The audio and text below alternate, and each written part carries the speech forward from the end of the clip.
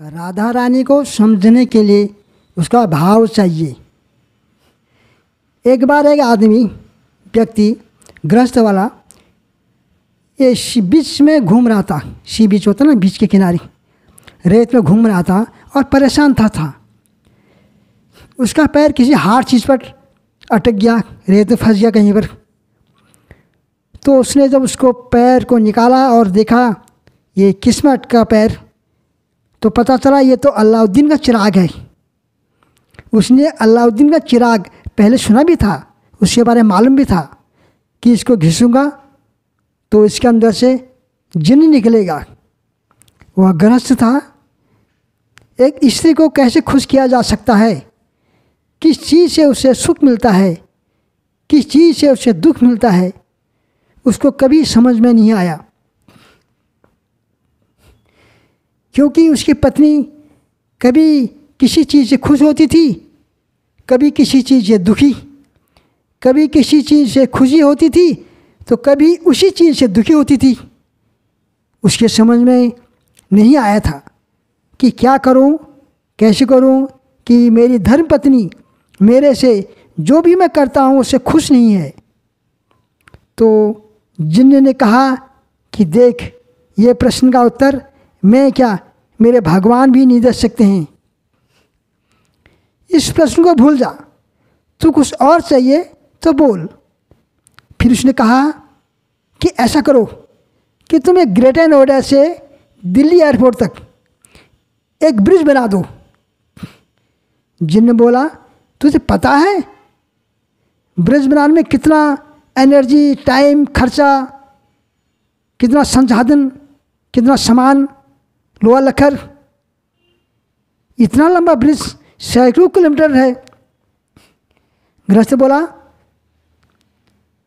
फिर वो बोला, जिन बोला, तुझे पता है कितना खर्चा आता है इसमें, बोला उसने। जब गृहस्थ बोला, पता तो है लेकिन कोई बात नहीं, यदि आप नहीं बता सकते हैं तो मेरे पहले प्रश्न का उत्तर दे दो। जिन ने कहा, भाई मैं तेरे हाथ जोड़ता हूँ, तुम मुझे पोली बना दो पर पहले प्रश्न को मत बोलो। तो यह परिस्थिति है हम लोगों की। किसी भी स्त्री को समझने के लिए, और श्रीमती राधा रानी को स्त्रियों की शिरोमणि है, सारी स्त्री, सारी देवियाँ के सोर्स है। जो स्त्री को समझ सका तो राधा रानी को कैसे समझ सकता है। समझने के लिए एक व्यक्ति जो राधा रानी को समझ सकता है, वो स्वयं उनके हृदय में क्या है, राधा रानी के हृदय में क्या है, कोई जान नहीं सकता है, लेकिन वो जानता है। जब राधा रानी स्वयं अवतार लेके आती, चैतन्य महाप्रभु के रूप में आते हैं, वो स्वयं भगवान हैं लेकिन भाव राधा रानी का। महाप्रभु का शरीर पैर से लेकर सिर तक भगवान कृष्ण का है, लेकिन भाव राधा रानी का है।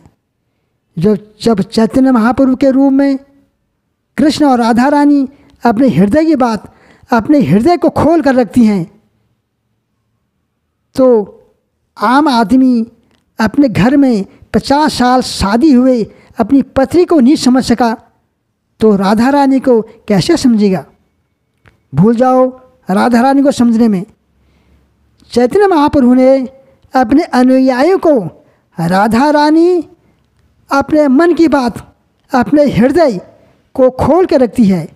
इसलिए राधा रानी के हृदय या मन में क्या चल रहा है वो हमें राधा रानी से ही प्राप्त होता है।